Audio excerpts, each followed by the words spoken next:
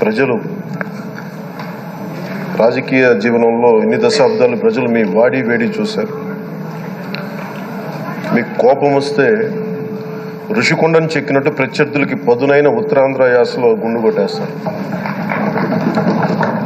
ఒకటే బాధేస్తాం సార్, ఇకపైన మీకు తిట్టే అవకాశం లేకపోవడం. కానీ ఇక మీద సభలో ఎవరు తిడుతున్నా దాన్ని ఆఫ్ చేసే బాధ్యత మీ చేతిలోనే ఉంది. మీరే మైక్ ఆఫ్ చేయాలి. అంటే మా చిన్నప్పుడు నేను చూసేవాడు, ఒకసారి అల్లరి చేసే అబ్బాయిని క్లాస్ లీడర్ చేసేవాడు చిన్నప్పుడు మా స్కూల్లో.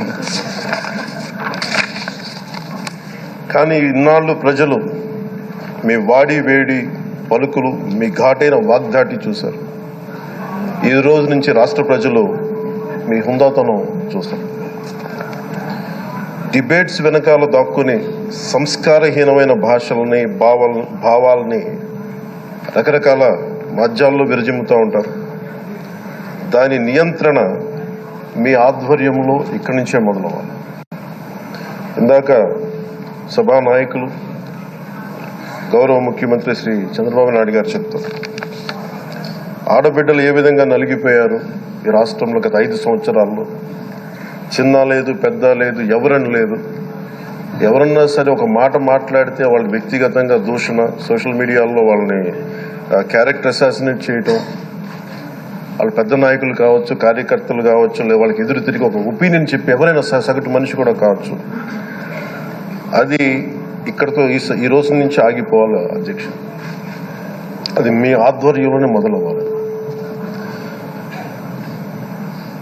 గత ప్రభుత్వం తాలూకు సభ జరిగిన విధానం చూస్తే ఈ వ్యక్తిగత దూషణ ఇవన్నీ చాలా ఇబ్బంది పెట్టే ప్రజలు. ఈ రోజున వాళ్ళకి 11 సీట్లకు పరిమితం అయ్యారు, ఈరోజు లేరు, ధైర్యం లేదు వాళ్ళకి. విజయాన్ని తీసుకోగలిగారు కానీ ఓటమిని కూడా ధైర్యంగా కూర్చుకునే వాళ్ళకి స్థాయి లేదు, వాళ్ళకి పారిపోయారు ఇక్కడి నుంచి. భావంలో ఉండే తీవ్రత భాషలో ఉండాల్సిన అవసరం లేదు.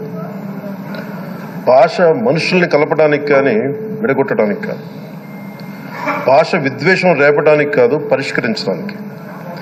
ఎంత జటిలమైన సమస్య అయినా, భయంకర సమస్య అయినా చర్చల ద్వారా పరిష్కరించుకోవడానికి కానీ వివాదం సృష్టించడానికి కాదు. ఈ సభ ఉన్నది అందుకు. కానీ మనం చూసింది వాళ్ళ దగ్గర నుంచి బూతులతోటి, వ్యక్తిగత దోషులతోటి రాష్ట్ర పురోభివృద్ధిని ఆపేశారు.